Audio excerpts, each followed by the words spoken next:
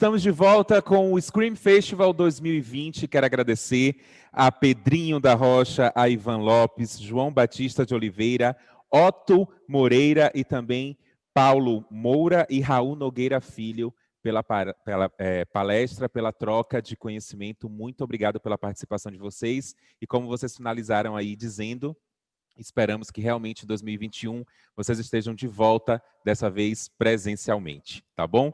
Olha só, gente, deixa eu agradecer aqui mais uma vez aos nossos patrocinadores e apoiadores, que é a Prefeitura de Salvador, a ABMP, Associação Baiana do Mercado Publicitário, agradecer ao Sebrae, a Amprolive Marketing, ao Aratuon, Bahia FM, Bahia Notícias, Band Nordeste, Bem Querer Consultoria, a Bendito Salgados, Central de Outdoor, Chaves Outdoor e E-Mídia e Exterior. A gente já vai abrir a nossa próxima palestra, que tem como tema Da Bahia para o Vale Silício.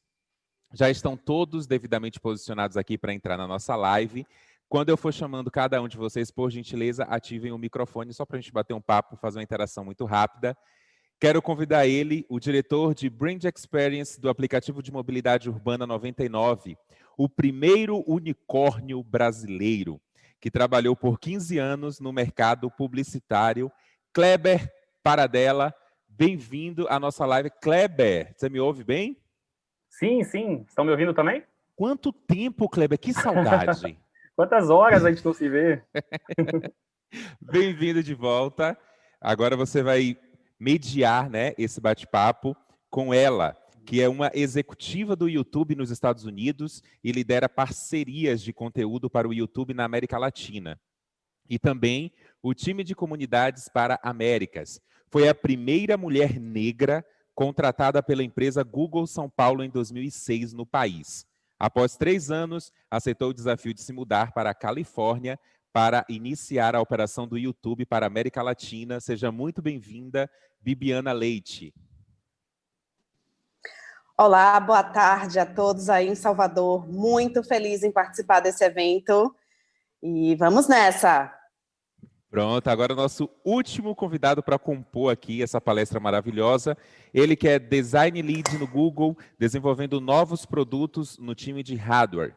Irata é especialista em múltiplas modalidades de interação como voz, gestos, touch e muito mais. Entre os projetos liderados por ele estão o Android TV, Smart Displays e Assistant em TVs. Lucas, muito bem-vindo também aqui à nossa live no Scream Festival 2020. Olá, tudo bom? Obrigado pelo convite. Primeiro quero agradecer a vocês. Estou tentando controlar aqui que câmera eu olho, vou trocar de câmera aqui durante a nossa conversa. Obrigado pelo convite. Parabéns a vocês do festival. Isso aqui é uma preparação em tecnologia, né? O cara veio abusado, vai trocar de câmeras, porque uma só para ele não é suficiente. Olha só, fiquem à vontade, uma boa palestra e a gente está ansioso aí para trocar essas experiências. A palavra está com vocês.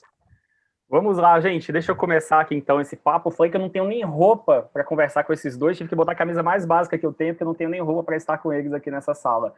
Para quem não me conhece, eu sou Kleber Paradella. Falo que eu sou um falso baiano. As pessoas acham que eu sou baiano porque eu falo que eu sou, eu minto. Eu sou mineiro, mas sou cria da Bahia e moro em São Paulo já há 15 anos. Eu sou professor de futurismo e tecnologias exponenciais na pós-inovação da SPM. No Bootcamp de Inteligência Digital da Miami Ed School, que o Lucas também é meu querido professor lá, Masterclass, e sou diretor de Brand Experience da 99. Mas hoje eu vim falar um pouco sobre esse êxodo de baianos que foram para o mundo, que foram buscar novos mercados e trazer novas inspirações. E por que a gente trouxe essa conversa? Por 2 motivos. Tanto para inspirar baianos que também queiram fazer movimento e galgar e buscar grandes sonhos, como também inspirar a própria cidade, os executivos da cidade, todo mundo a pensar em como a gente pode também preparar mais a cidade para reter talentos, especialmente agora em épocas de home office, que as pessoas podem trabalhar em qualquer lugar do mundo e morar numa cidade incrível como Salvador. Então esse é o objetivo. Temos nós 3 vivências completamente diferentes. E outra, eu não moro no Vale do Silício, então por isso que eu vou mediar, quero ouvir muito deles também que vivem as experiências, mas somos 3 pessoas diferentes e a gente quer ver como são essas jornadas. Mas eu quero que eles falem mais, obviamente, do que eu aqui. Então, só para contar rapidamente, acho que a Bibi, como foi falado, ela é head de comunidades do YouTube na América Latina, e o Lucas ele é design leader do Google Nest, cuida de todos os hardwares do Google, lançamentos incríveis. Mas eu quero que eles mesmos contem como foi essa jornada. Então, Bibi, começando por você, em ordem alfabética, como foi essa sua jornada em um tweet, assim, de você sair de Salvador e, de repente, você parar no Vale do Silício? Em um tweet, ok, então tem que ser uma coisa bem rápida, e aí depois a gente vai elaborando ao longo da nossa conversa. Vontade incrível, desesperadora de ter uma carreira internacional, e já estava trabalhando no Google, surgiu uma oportunidade de fazer um processo interno para começar o time de parcerias para a América Latina. Falei com a minha família, arrumei minhas malas. Foi um processo um pouco menos doloroso, eu diria, do que para entrar no Google, porque foi um processo interno, então eu já estava dentro do Google, mas arrumei as malas e vim parar em São Francisco, que era uma cidade que eu nunca imaginei que eu fosse morar por tanto tempo. Já estou aqui há 10 anos. Desliguei o microfone aqui. Eu falei, a gente vai cometer vários erros aqui porque tá tudo certo. Eu falei para eles que é o bate-papo. Então tava o microfone desligado. Lucas, conta você agora em um tweet. Como é que você foi parar de Brotas, maior bairro do mundo, que quase está incorporando Salvador, no Vale do Silício, em Mountain View? Minha história, na verdade, foi seguindo algumas escadas, né? Eu comecei freelando em Salvador, estudei em Salvador, minha carreira comecei em Salvador, e aí fui seguindo uma escada progressiva, depois me mudei para São Paulo, comecei a trabalhar freelando em São Paulo, depois fui para o Rio trabalhar na Globo, depois da Globo eu vim para Nova York, trabalhei no escritório da Hilt, que é uma agência que é aqui nos Estados Unidos, em Nova York, aí depois voltei para o Brasil para abrir escritório no Brasil, no Rio de Janeiro, aí depois me mudei para Los Angeles para trabalhar no escritório de Los Angeles, e aí o processo foi acontecendo meio que gradualmente, e aí eu recebi a proposta para trabalhar no Google em 2015, e aí estou aqui. A história, resumidamente, é essa. Tem muito mais percalços e coisas interessantes no caminho, mas é isso aí. A história é essa. Boa, mas a gente vai querer saber. O seu som tá dando um probleminha só, tá dando um chiado, então talvez seja um problema no fone. Se puder, enquanto isso, tentar testar depois, mas eu vou, enquanto isso, puxar a Bibi. Tá bom. Bibi, aí queria saber o seguinte, você foi lá, de repente se candidatou, queria fazer carreira internacional, como é que foi a questão do inglês? Você já falava... A questão do sotaque, eu já estou começando a conversar aqui no evento, eu já puxei meu sotaque da Bahia de novo, como eu falei, eu sou um baiano fake, então eu também imito o sotaque da Bahia. Como é que foi essa adaptação, assim, para você começar e chegar nos Estados Unidos? Sim, logo após eu ter terminado a faculdade de administração aí na Universidade Católica, em Salvador, eu comecei a trabalhar numa empresa local, na verdade, que na época se chamava Maxitel, que era a empresa de celulares, né, e hoje virou TIM, e eu já trabalhava nessa empresa há 5 anos, mas eu tinha essa vontade de explorar mais o meu inglês. Eu tive a oportunidade de ter uma tia que pagava aulas de inglês para mim, fora do meu horário de escola, né, desde quando eu era pequena, e eu estudei no Akbeu aí, que é uma escola de idiomas para inglês especificamente. Mas o inglês, ele nunca é perfeito, né? Quando a gente está falando, mesmo fazendo curso fora do nosso currículo escolar. E aí, depois que eu terminei a faculdade, depois que eu já tinha essa experiência profissional, eu decidi vir para os Estados Unidos através de um programa de intercâmbio que se chama Au Pair. Na verdade, é um programa em que eu vim para cá para trabalhar como babá, e morei com uma família americana que tinha acabado de adotar um bebê coreano, porque eles não podiam ter filhos, e fiquei aqui por 1 ano, na Pensilvânia. Eles queriam muito que eu ficasse por mais de 1 ano, mas eu tinha essa missão, que era realmente ganhar fluência no inglês, para que eu pudesse voltar para o Brasil para conseguir um emprego numa multinacional, numa empresa maior. E foi o que eu fiz. Então, esse inglês, né, essa parte anterior, por isso que eu expliquei um pouco, de ter vindo para cá para fazer um intercâmbio, mesmo tendo sido um intercâmbio que eu trabalhava para caramba, porque eu era babá e ganhava muito pouco, mas eu acho que foi muito importante para que eu conseguisse ganhar fluência na língua. E eu voltei para Salvador, e aí foi quando eu tive essa oportunidade de trabalhar no Google, e fiz muitas entrevistas para entrar no Google naquela época, foi em 2006, 2006, e o inglês me ajudou muito na época, né, para conseguir fazer essas entrevistas no Google, até porque, como a empresa ainda era muito pequena aí no Brasil, a maioria das pessoas que estavam contratando eram baseadas aqui em Mountain View, aqui na Califórnia. Então, acho que o fato de eu conseguir expressar, né, e responder a todas as perguntas em inglês naquela época foi realmente crucial para eu conseguir a vaga. Muito bem. E Lucas? O Lucas agora é o contrário. Ele foi para lá falando inglês, fala inglês lá, e ele tem um filhinho lá, e outro dia eu vi ele ensinando o filho dele a falar português, a falar beiju. Ele está comendo beiju outro dia. Ele está tentando fazer agora o filho aprender a cultura baiana já desde pequeno. Conta aí, Lucas, como foi? Rapaz, na verdade, porque minha história aqui nos Estados Unidos teve diferentes momentos, né? Primeiro vim para Nova York, e, na verdade, a primeira vez que eu vim para Massachusetts em 2001. Na época do atentado. Eu tinha uma proposta de entrevista no dia 12 de setembro de 2001. Eu tinha uma proposta de entrevista aqui nos Estados Unidos, um dia depois do atentado, né?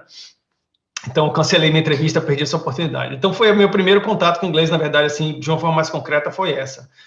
Mas eu não estudei em Salvador, nunca estudei na minha vida inglês. Eu até era meio chato, assim, não gosto de inglês, não quero estudar isso. Eu só fui perceber a necessidade disso com o tempo, da medida que eu comecei a trabalhar, comecei a fazer freela, comecei a crescer, conhecer gente. Aí eu comecei a entender a necessidade de eu compreender o idioma para me comunicar. E eu acho que, como minha história teve diversos momentos aqui nos Estados Unidos, eu tive um momento que eu vim para Nova York, e aí foi um momento muito difícil, na verdade, porque a primeira vez que eu vi, assim, concretamente, eu tive que atender cliente, conversar com clientes, e eu fui colocado numa situação que não tinha um inglês muito bom. Foi bem difícil no começo. Mas o tempo e a necessidade vão transformando a gente, vão equipando a gente, de certa forma, né? Boa. A propósito, melhorou o áudio, piorou, tá muito ruim ainda? Não, melhorou? Tá perfeito. Massa.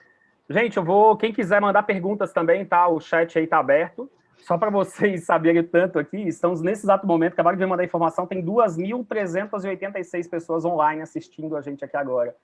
Então, quem quiser, manda pergunta, usem o chat. Demais! Não, muito, muito, muito bom. Eu vou pensando informações e trazendo aqui também, trazendo os pontos de vocês para os nossos panelistas. Bom, vamos lá. Eu queria entender um pouco, agora, como eu tinha falado, que somos todos diferentes. Então, Bibi é uma mulher preta, latina, baiana. Essa talvez seja um dos estereótipos ali quando chega para o americano, né? Lucas, um baiano nipônico, também latino. Como é que foi essa jornada? Então, imagino que tenham sido muito diferentes, a jornada de aceitação, os percalços. Conta primeiro você, Bibi, como é que foi o seu caminho? Acho que tem toda aquela empolgação em vir trabalhar aqui nos Estados Unidos, né? Corporate America, que é aquela coisa de você estar nas maiores empresas do mundo, e o Google é uma empresa super relevante, assim como o YouTube também, que faz parte do Google, mas realmente foi um caminho muito cheio de, como a gente fala aí na Bahia, quebra-molas. Eu tive pelo menos muitos bumps, né? Acho que é uma carreira, com certeza, que eu tenho muito orgulho de ter trilhado, mas o fato de ser realmente sempre, em vários momentos, eu era a única mulher negra, nordestina, imigrante, em salas onde predominantemente tinham homens brancos, isso fez realmente abalar bastante a minha confiança em mim mesma, né? Então, assim, eu saí de Salvador, que é uma cidade que tem a população, praticamente 80% da população da cidade de Salvador se parece comigo, e vim parar aqui nos Estados Unidos, onde existe muito mais respeito, né?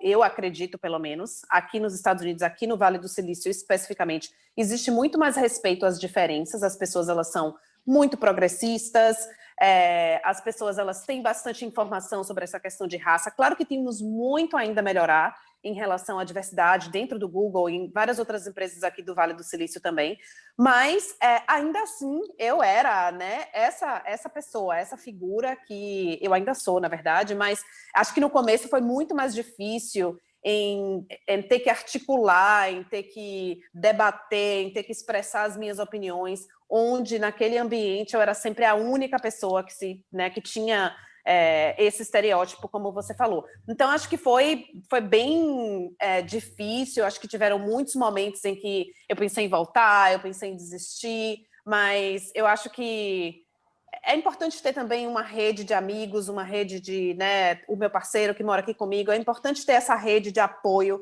para que a gente possa sempre continuar acreditando em nós mesmos. E, claro, os resultados vieram também, né? Tipo, é super importante falar isso, porque, no final das contas, os meus resultados sempre foram excelentes, eu sempre estava entregando excelente performance e continuei crescendo na empresa, sendo promovida, e eu acho que é um reconhecimento também do trabalho. Ô, Bibi, só antes de passar para o Lucas, queria só tirar uma dúvida. Você comentou um pouco sobre a história da síndrome da impostora, né? De você, às vezes, se questionar como é que você está ali com aquelas pessoas, se você é inferior a eles ou que não dá conta. Qual foi o momento, e se chegou esse momento que você, de fato, olhou e falou assim, não, peraí, de fato, eu sou foda, sou a pessoa que estou aqui, me inspiro pessoas, lidero gente. Qual foi esse momento de virada, assim? Existiu esse clique? Sim, com certeza existiu. E, assim, a síndrome de impostor é uma coisa que ela não necessariamente acaba, né? Eu acho que eu ainda tenho essa síndrome de impostora. Então, assim, em alguns momentos eu tive que trabalhar bastante essa questão de acreditar mesmo, de ver esses resultados, como eu falei, né? Quando a gente começa a ver os resultados, quando a gente começa a ver validações, awards, né, que são quando a gente recebe reconhecimentos dos nossos superiores, dos nossos colegas, das pessoas que reportam para mim, eu acho que tudo isso é uma validação e tem esse clique que você falou, né? Não, realmente eu estou aqui porque eu mereço, eu estou aqui porque eu tenho competência, eu tenho responsabilidade, e eu sou um talento. Então, e assim, eu acho que todo mundo, né, tem suas competências, tem suas habilidades. Mas eu estava conversando uma vez com uma terapeuta e ela me falou que quase todo mundo na vida passa por esse momento de síndrome de impostor, né? Tipo, se a pessoa não passar, a pessoa pode ser provavelmente um sociopata. Mas, assim, em algum momento na vida, seja quando você vai fazer uma apresentação, seja quando você vai... Sempre tem aquele medo, aquela ansiedade, aquela coisa, nossa, será que eu deveria mesmo estar aqui? Então, assim, pode ser que não seja uma coisa constante, mas acho que é uma coisa que acontece com bastante gente. Perfeito. E, Lucas, e a sua visão agora sobre isso? Está com o microfone desligado. Só um minutinho que já volta. Mas, Bibi, enquanto não volta o microfone dele, deixa eu ver se foi. Foi? Não, acho que agora ele voltou. Ah, não, continua mudo. Não, ainda não. Não? Agora. Foi? Ok. Não foi nem no software, foi no aparelho aqui que desligou, desculpa.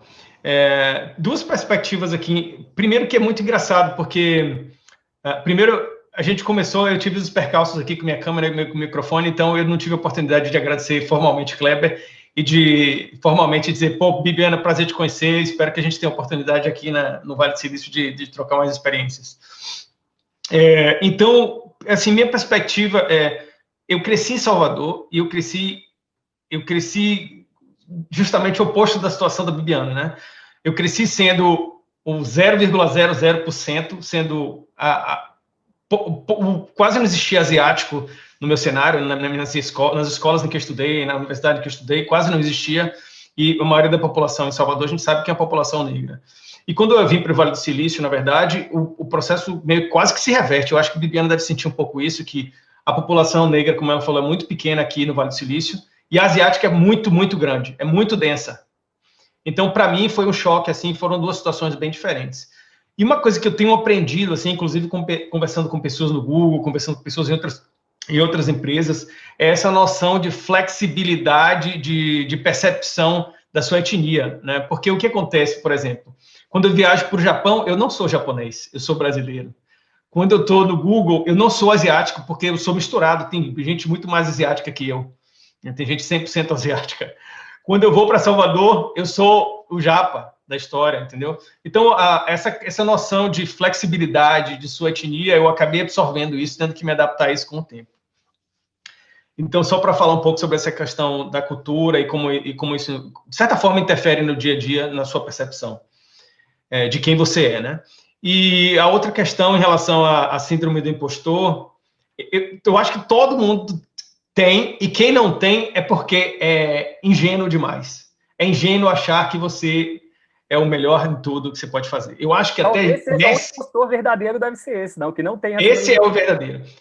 Eu acho que Messi deve olhar para si, Messi, jogador de futebol, craque, melhor jogador do planeta, deve olhar para si mesmo e pensar, Pô, mas eu acho que Pelé era melhor, mas eu acho que Maradona era melhor. Sempre vai ter alguém que você usa como referência em determinados aspectos, porque você não vai conseguir ser o melhor em tudo. Você vai conseguir ser o melhor em determinados aspectos. E sempre você vai ver pessoas que têm determinados tipos de conhecimento que você quer absorver também. Então, essa síndrome do impostor, para mim, na minha cabeça, eu acho que eu amadureci quando eu comecei a entender que ela ia ser uma coisa constante em minha vida e que eu não podia entrar em depressão, entrar em um processo de autodegradação por conta disso. Eu tinha que trabalhar as coisas que eu absorvia, que eu entendia por conta da síndrome de impostor e trabalhar para melhorar esses aspectos. Então, essa é a minha visão assim, em relação à síndrome. Só uma dúvida, já que a gente falou, a gente começou falando sobre as diferenças e aí o que isso teve de impacto em questão da relação à diversidade, o ponto de vista que as pessoas olham para vocês. Em relação ao trabalho, já que você falou sobre algumas competências, existem as hard skills, que são aquelas, então, as competências que é o que você sabe de fato fazer. Então, por exemplo, o Lucas, quando eu conheci ele no início dos anos 2000, ele era o monstro do Flash. Ele sabia mexer no Flash, que no dia que eu vi ele fazendo um site, eu desisti de fazer no mesmo dia. Então, ele tinha uma hard skill na época, que era o Flash. E soft skill, que é de ser uma pessoa que sabe conviver bem, que sabe liderar outras pessoas e tudo. E quais são hoje nas empresas que vocês trabalham, na empresa que vocês trabalham e nas empresas que vocês foram entrevistados e conversaram, o que hoje se valoriza em relação a essas hard e soft skills? Quer começar, Bibi? O Lucas acabou de falar. Claro, eu acho que dependendo da indústria, né, na verdade, do tipo de time que você tá, vai ser muito diferente. Então, eu imagino que as hard skills do Lucas, que trabalha com design, com software e tudo mais, vão ser muito diferentes das minhas aqui, mas eu acho que eu trabalhando com parcerias de conteúdo dentro do YouTube, é muito importante que a gente tenha entendimento de como funciona a indústria mesmo de parcerias de conteúdo, é muito importante que a gente tenha conhecimento de atendimento ao cliente e também de desenvolvimento de negócios, né? Com relação a soft skills, eu acho que é uma coisa que para a gente, para nós baianos, pelo menos o Lucas pode falar um pouco sobre isso, eu acho que é super importante manter a nossa autenticidade, né? Porque o americano, ele é muito planejado e ele é muito metódico, né? Então, por exemplo, em reuniões, eles estão sempre super preparados, eles estão... a reunião começa, tipo, antes de terminar o tempo, eles já falam, só temos 1 minuto, já acabamos o tempo da nossa reunião, né? Enquanto que no Brasil, a gente tem aquela coisa de que a gente vai na mesa do outro, faz uma pergunta. Eu tive muito essa dificuldade, eu falei recentemente numa matéria sobre isso. No começo, para mim, eu tive muita dificuldade, porque às vezes eu queria fazer uma pergunta na mesa da pessoa, e a pessoa, pode marcar uma reunião comigo para falar, para tirar uma dúvida. Então, assim, eu acho que é importante que a gente mantenha essa autenticidade, essa coisa de ser nós mesmos e trazer um pouco de, eu posso dizer, como aqui eles falam, o sauce, ou talvez o spice, né? Trazer esse nosso tempero mesmo de ser colaborativo com os outros, com os nossos colegas, de termos a paciência de poder ajudá-los. Eu acho que é super importante também que a gente foque no nosso próprio autoconhecimento, que é uma coisa que eles fazem muito aqui, os americanos, mas combinando com toda essa questão de ser colaborativo, de fazer mesmo o trabalho em equipe, de tentar ajudar o outro e de continuar striving, né? Como é que eu posso dizer? Desculpa, às vezes eu tenho algumas palavras que me fogem. As pessoas às vezes falam, as pessoas moram nos Estados Unidos, elas são metidas porque não falam as palavras em português mais, mas assim, às vezes dá um branco mesmo. Mas eu quero dizer que a gente sempre está tentando, né, dar o nosso melhor de uma forma que demonstre as nossas habilidades. Imagina, Bibi, você fala de todo mundo, a pessoa passa muito tempo fora, obviamente essas palavras fogem, fica tranquilo, acho que a plateia também super vai entender. Lucas, e você? O que você viu nessas diferenças aí de contratações hoje por aí? Aliás, só para fazer um comentário, o Lucas, ele tem um canal no YouTube, daqui a pouco eu vou postar, eu já falo o nome do seu canal, Lucas, para eu já ficar gravado aqui para quem assistir a gravação, mas eu vou escrever também aqui no chat. If you wanna fly. É isso. E qual que é o lance? Ele fez outro dia uma matéria, ele fez várias entrevistas, então ele fez uma entrevista na Apple, no Facebook, no Google, ele passou nas 3 entrevistas e ele resolveu hackear e compartilhar como foi essa experiência e dar essa dica para que outras pessoas também entendam como funciona o processo seletivo. Então seria legal você contar um pouco esse seu aprendizado. Você quer que eu fale do aprendizado de entrevista? Bom, Eu acho que está muito atrelado ao que a Bibiana está falando em relação aos soft skills, na verdade. Porque o que acontece? Quando a gente vai para uma entrevista, normalmente, a gente tende a sempre apontar quais são os hard skills que a gente tem e como é que a gente faz para melhorar, como é que a gente fez um projeto, especificidade do projeto, eu fiz isso, fiz aquilo, em determinada parte do projeto. E é importante você fazer isso. Mas quando você vai trabalhar numa empresa muito grande, isso é esperado já de você e é entendido que quando você vai para uma empresa grande, você já é uma pessoa que tem essas capacidades. Então, obviamente, você tem que demonstrar essas capacidades de alguma forma, mas tão importante quanto isso e aí está muito atrelado essa história do soft skill, a colaboração, seu processo como colaborador, como você é capaz de interagir com outras pessoas, com outras disciplinas, como você é capaz de se comunicar claramente, como você é capaz de construir narrativas para convencer pessoas e como você é capaz de entregar resultados. Então, nesse vídeo que você está se referindo, Kleber, eu falo um pouco sobre isso, como você constrói uma narrativa que ela tem hard skills, que você demonstra como é que você resolve problemas, mas você também constrói nessa narrativa, você aponta como é que foi o seu processo de colaboração, como é que é o seu processo de influência em business, no mercado, em tecnologia, em business, como é que você entende o mercado. Então, como é que você faz uma apresentação que é um pouco mais completa, um pouco mais sênior, do que só demonstrar que você fez uma coisa A ou B ou C. Então, na verdade, eu acho que está muito relacionado ao que a Bibiana falou nesse sentido. Boa. A Bibi, aí tem uma coisa... desculpa, pode falar, Bibi. Não, eu ia só dizer que tem uma coisa que é bastante usada aqui nos Estados Unidos,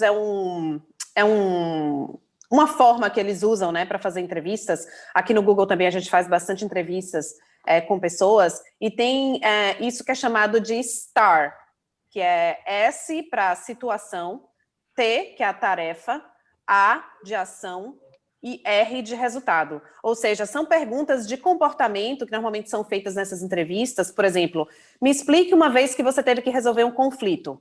E aí, se você usar esse framework, né, do STAR, da situação, tarefa, ação e resultado, você consegue fazer essa narrativa que o Lucas acabou de falar, que é contar a história. Como foi a situação? O que é que você fez para resolver esse conflito? E qual foi o resultado? Então, acho que isso é muito importante nas entrevistas que acontecem aqui, pelo menos no lado mais de desenvolvimento de negócios, de business, mas eu acredito que também no lado de design, no lado de desenvolvimento de software, seja bem parecido também, né, Lucas? É bem parecido, e porque a maioria das pessoas focam no T, né, que é na tarefa, né? E aí esquece do resto do processo. Só que quando você trabalha numa empresa do tamanho do Google, que você tem que interagir com um monte de gente, você precisa, na verdade, ter uma compreensão completa do processo, de tudo que você tem que fazer. Então, não dá para ser somente uma pessoa tarefa, você tem que ir de ponta a ponta, fazer de ponta a ponta. E, na verdade, esse processo é importante para qualquer profissional. Mesmo que você não vai trabalhar na empresa grande, se você tiver essa compreensão de você ir da situação, da tarefa, da ação, resultado, fazer esse processo inteiro, vai ser importante para qualquer indústria. Eu aprendi outro dia que hard skills são aquelas coisas pelas quais você é contratada, e soft skills são aquelas pelas quais você é demitido. Então, em geral, o que acontece é isso. As pessoas, empresas, muitas vezes são orientadas para a tarefa, o T, e esquecem das outras letrinhas lá. Mas sabe o que acontece? Quando você cresce na carreira, você passa também... Porque é difícil você demonstrar, às vezes, quando você cresce na carreira, quais são as tarefas que você executou.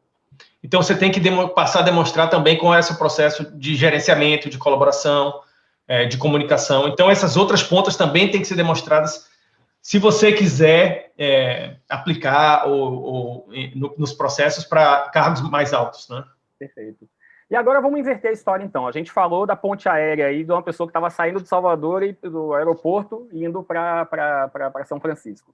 E agora o contrário, faz conta que vocês resolvam por algum motivo, quer ficar mais perto de Salvador, comer acarajé, e falam, não, beleza, eu vou agora empreender, ou vou entrar numa empresa daqui e vou transformar essa empresa. O que vocês fariam hoje? O que vocês levariam na bagagem de diferente que vocês aprenderam e falar, eu quero ser um gestor melhor fazendo isso, aplicando esse modelo?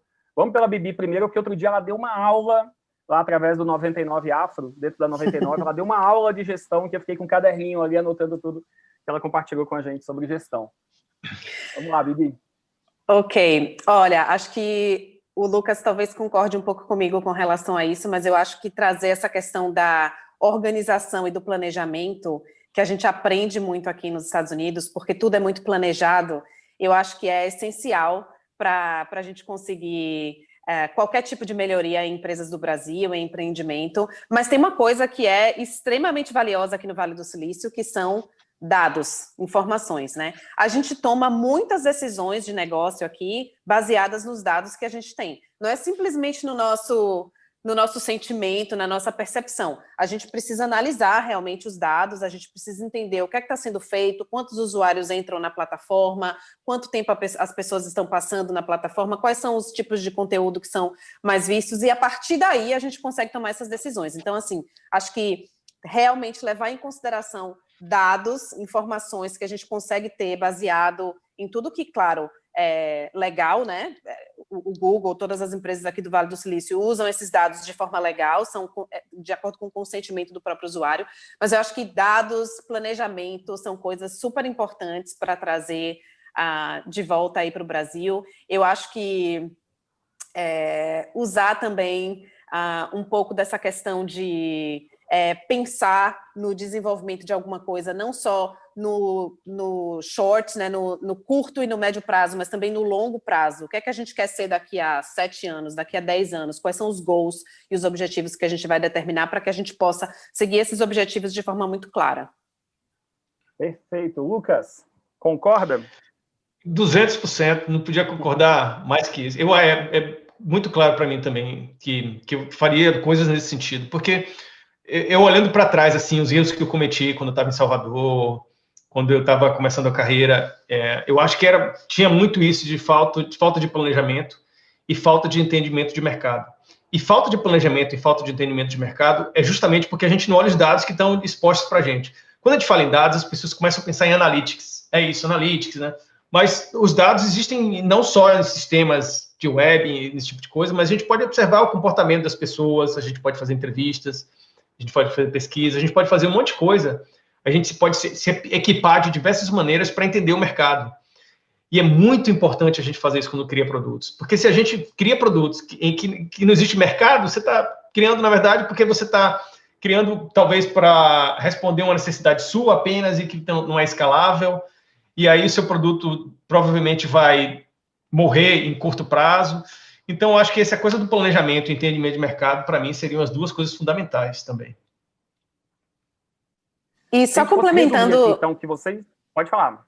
Só complementando, não sei se a gente já está acabando o nosso tempo, mas... Não, temos mais uns 15 minutos, fica tranquilo. Maravilha. Acho que complementando isso também que o Lucas falou, eu acho que tem uma coisa... Se a gente for falar um pouco de liderança também, né, tem uma coisa que eu ainda percebo que aqui no Vale do Silício é muito comum que os líderes, eles sejam compreensivos, que eles escutem a sua equipe, né, que eles façam um trabalho que seja adaptado, flexível, baseado nas informações que eles estão recebendo dos clientes, baseado nas informações que eles estão recebendo dos clientes através da sua equipe, né? E eu acho que aí no Brasil, pelo menos as experiências que eu tive, mas isso foi há muito tempo atrás, era o tipo de liderança que eu tive quando eu estive aí no Brasil, trabalhando em Salvador principalmente, era uma coisa muito de cima para baixo, né? Não tinha aquela coisa de ouvir o funcionário. Às vezes era até um ambiente um pouco tóxico no sentido de, né, brigar com o funcionário, fazer retaliação com o funcionário, que é uma coisa que aqui, assim, questão de gerenciamento aqui no Vale do Silício, tem muita colaboração entre o chefe, entre os subordinados, tem muita questão de ouvir. Existe até aquele conceito que vocês devem saber de servant leader, né, que é o líder que serve, ao invés de ser aquele líder que, tipo, manda, é aquele líder que puxa a equipe com os outros. Então, assim, eu acho que isso é muito visível aqui no Vale do Silício. Claro, no Brasil já tem, com certeza, mas eu acho que tem muitas empresas ainda que precisam fazer muito para chegar lá.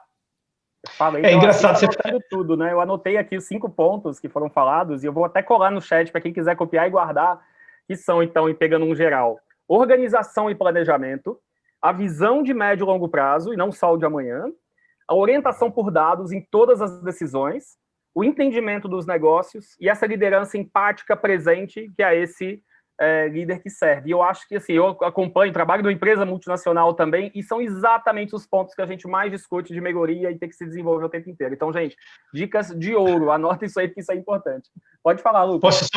Eu ia fazer um adendo aqui que existem modelos diferentes de gerenciamento aqui no Vale do Silício, né? Então, o Google, particularmente, é uma empresa que a gente chama bottom-up, gerenciamento bottom-up, né? Que é a visão dos produtos é criada de baixo para cima. Algumas empresas diferentes, não maiores, desculpe, diferentes do Google, tipo Apple, ou talvez Amazon, elas têm o processo top-down, né? que é o líder tem a visão do produto e essa visão é empurrada para baixo. Então, quem está embaixo tem que operar aquela visão. Quando você vai para empresas como Google, como Facebook, o processo, na verdade, é o contrário. A visão ela é criada de baixo para cima. Os funcionários que estão ali no dia a dia, executando, criando os produtos, fazendo as coisas, eles trazem para a liderança um pitch, uma proposta de visão de produto. E aí, obviamente, você tem a aprovação da liderança, porque tem outros aspectos que tem que ser avaliados também. Mas eu acho que isso influencia muito também, porque quando você dá a responsabilidade para o time, não divisão para o time, não só para a liderança, é um agente motivador e, consequentemente, melhora a qualidade dos produtos. Então, essa coisa de ser de bottom-up, eu acho importante também. Olha, aqui tem um comentário até da Manuela Carreira, que ela concordou quando a Bibi falou, e obviamente agora com o Lucas também, que são complementares, que ela falou que isso até hoje existe. Então, não é quando vocês estavam em Salvador que isso acontecia, e também acontece no Brasil inteiro, acho que não é nenhuma novidade. E teve uma outra pergunta aqui, teve uma pergunta, na verdade, da Gabriela, que a gente falou, beleza, vocês trouxeram, então, esses 5 coisas na malinha de mão de vocês, que é organização, visão de longo prazo, dados, negócio e liderança. E o que vocês levariam, então, nessa malinha para o Vale do Silício? Vocês levariam da baianidade, tipo assim, putz, isso aqui é uma coisa muito legal que funciona, tá? Que pode funcionar bem com uma cultura global. Quem quer arriscar? Manda ver aí, Bibiana. Opa, eu acho que essa autenticidade que a gente tem, sabe? Eu acho que essa coisa do calor humano, da amizade, da alegria, de ser positivo e otimista, que eu acho que a gente tem muito aí no Brasil, acho que principalmente em Salvador, né? Com tantos problemas que a gente tem na cidade, eu vejo que as pessoas ainda são muito otimistas, elas estão sempre disponíveis para ajudar os seus vizinhos. Eu não tenho filhos, mas o Lucas talvez possa dizer isso um pouco, mas aqui é super difícil para você, né? Às vezes, se você precisar sair e precisar da ajuda de um vizinho, às vezes isso não existe aqui. Então, eu acho que eu traria essa coisa da amizade mesmo, da alegria, do otimismo, de um ajudando o outro de uma forma mais casual, né? Porque aqui as pessoas até ajudam, mas é uma coisa muito metódica, precisa ser muito planejado. Eu às vezes brinco que a informalidade do baiano às vezes é a melhor coisa e às vezes é a pior coisa. Na hora correta ela é a melhor coisa possível e na hora errada ela é a pior coisa.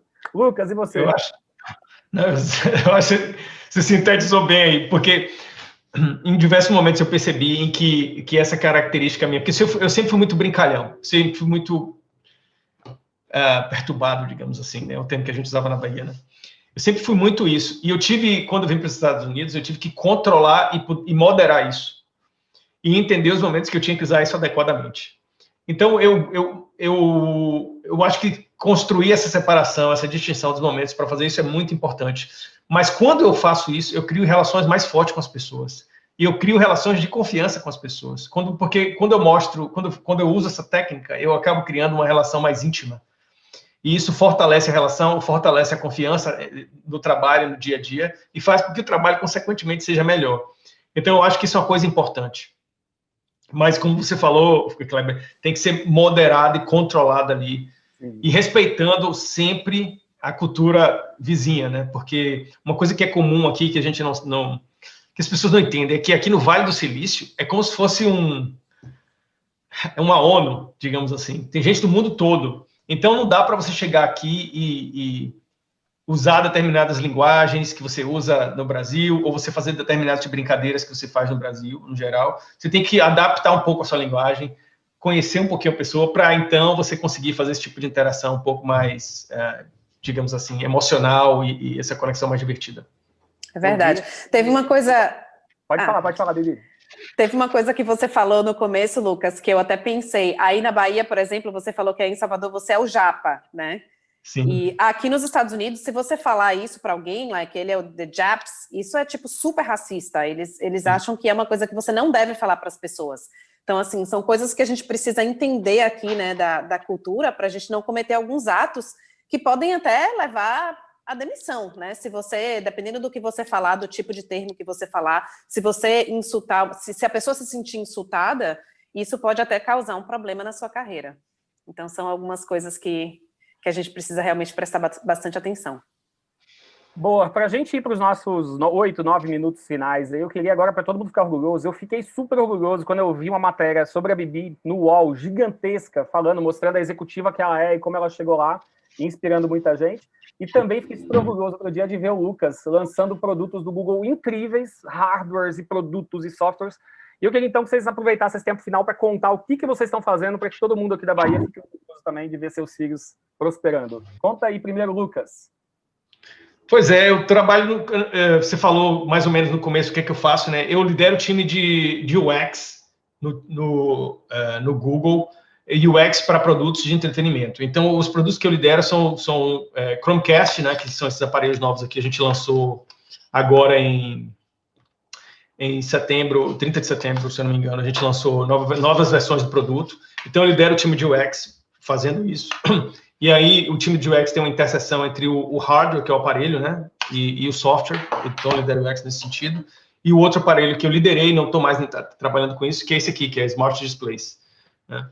Então, trabalhei nisso. Além disso, também trabalhei em televisão, né, desenvolvendo software para televisão, para Sony, para um monte de a gente chama OEM, né, que são as empresas que montam as televisões, e a gente tem um software que roda dentro das televisões.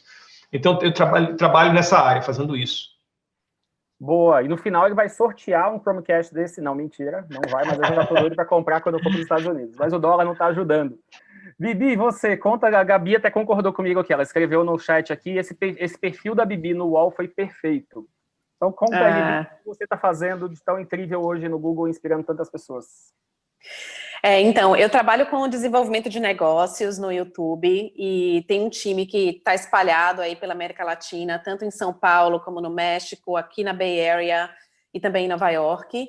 E trabalhamos com os criadores de conteúdo do Brasil, da América Latina, que estão desenvolvendo conteúdos que sejam super relevantes, interessantes, diversos, para que os anunciantes, que são aqueles que as empresas, né, elas possam ter os seus anúncios publicados nesses vídeos desses criadores. E aí a gente trabalha com eles no sentido de ajudá-los a continuar desenvolvendo suas audiências, a ter mais visualização, a otimizar o canal deles. Então, assim, a gente tem muito criador aí que já cresceu bastante. Felipe Neto, já trabalhei junto dele, tipo, muito próximo. Hoje ele já está gigantesco. E trabalhamos com artistas também, não só com as gravadoras, mas a gente também trabalha com artistas, aqueles artistas que estão crescendo, que estão desenvolvendo suas carreiras no mundo digital.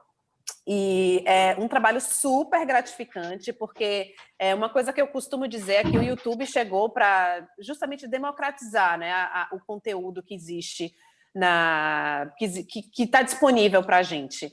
No passado, como a gente sempre lembra, a televisão ela era um conteúdo curado, né? Ou seja, tinha alguém lá, um diretor, um editor, que dizia as regras de quem que ia estar na televisão, quem que ia estar na novela, e muitas vezes isso não representava a cultura do Brasil, né? Então, assim, a televisão do Brasil, eu como uma mulher negra, eu vejo que a televisão do Brasil era muito branca quando eu cresci, não representava, de fato, esse 56% de pessoas misturadas e negras que a gente tem no Brasil. Então, eu acho que com a democratização do conteúdo, através do YouTube, de várias outras plataformas, as pessoas elas podem se expressar, elas podem ter... A gente tem...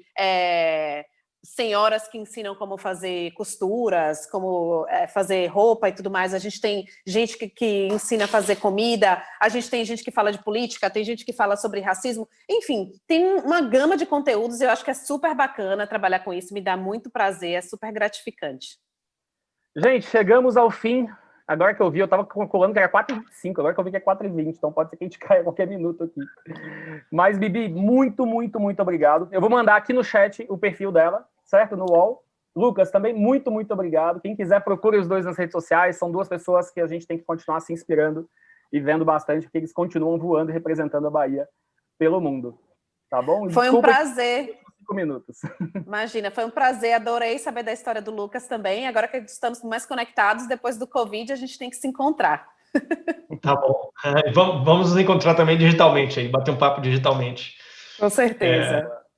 Tá bom? Gente, muito Obrigadão obrigado. aí, Kleber. Aproveitando. Tchau, tchau, Scream. Valeu. Valeu, Bahia. Tchau, tchau. Obrigada, tchau.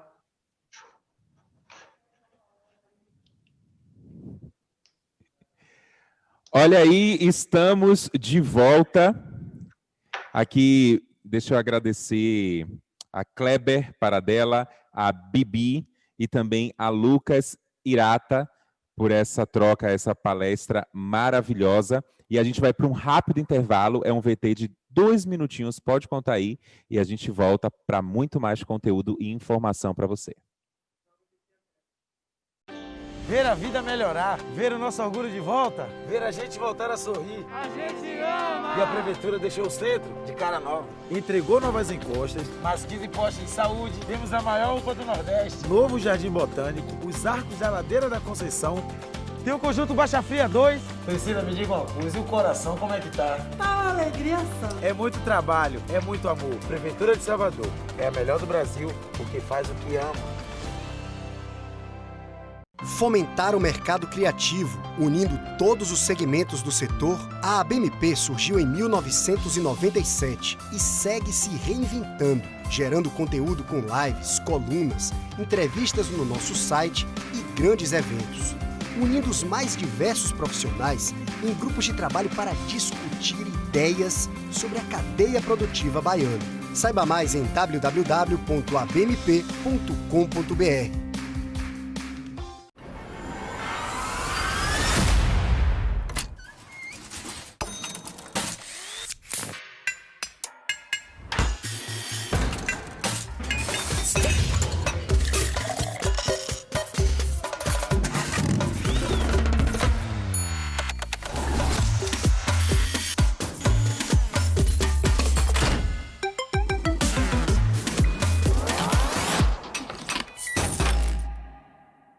A Simpla tem uma novidade para você, o Simpla Play, uma ferramenta completa para quem produz conteúdo.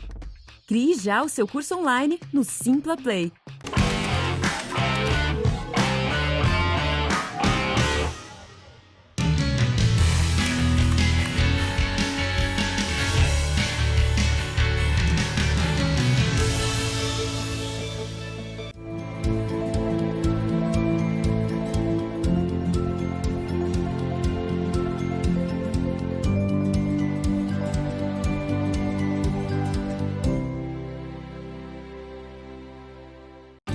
São centenas de obras e a pergunta é uma só. Qual foi que a senhora mais amou? Minha casa está linda, meu filho.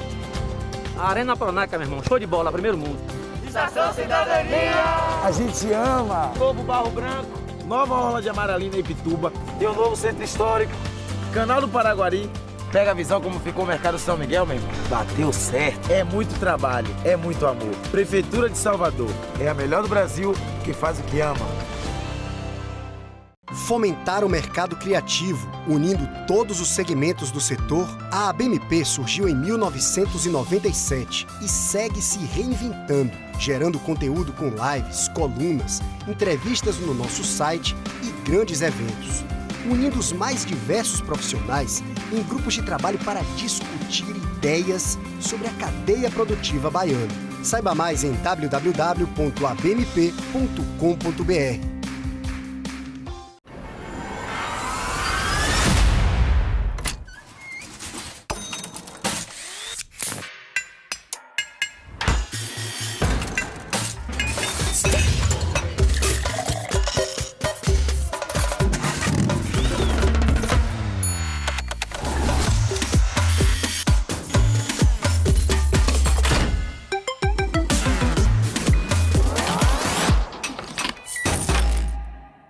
Há mais de meio século, a Cara da Bahia chega até você em várias mídias. Na TV, reportagens especiais, dia a dia e programas do seu jeito e com a cara da gente. Através da mídia OOH, o Grupo Aratu alcança milhões de pessoas na Bahia e no Distrito Federal. Em projetos especiais, mostramos pioneirismo, tradição e alinhamento com as novas tecnologias e cross-mídia digital. Conte com quem tem a experiência de mais de meio século em comunicação. Conte com o Grupo Aratu.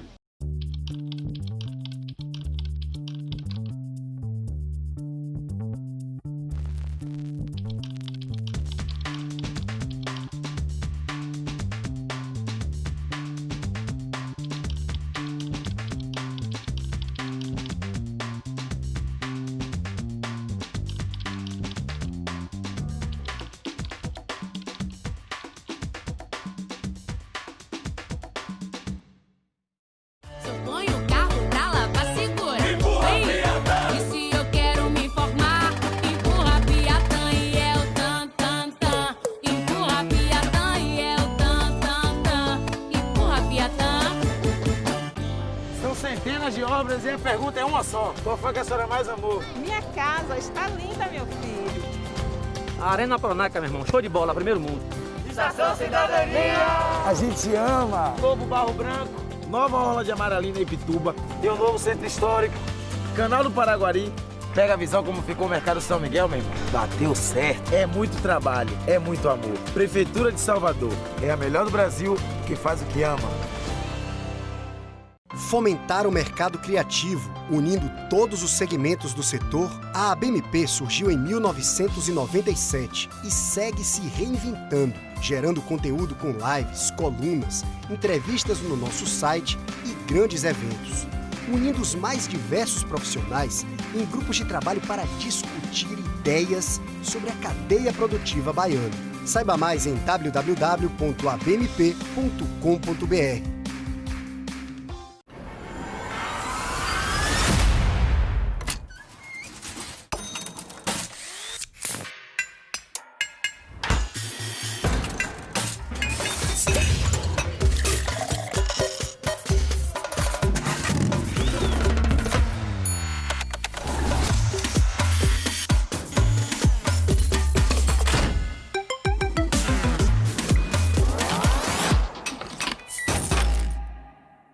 Saiu no A Tarde é Verdade, sem asteriscos nem meias palavras. A Tarde é o jornal de maior circulação do Nordeste, segundo dados do IVC, base outubro de 2020. Credibilidade, imparcialidade e protagonismo. Grupo A Tarde de Comunicação.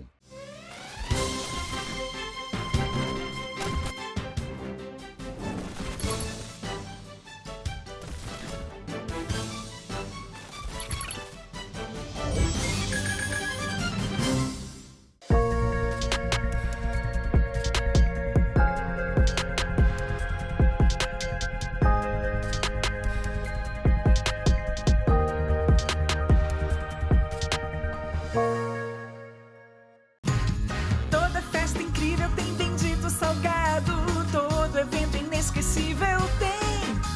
Todo dia é dia de Bendito Salgado, quem pede manda bem, peça você também.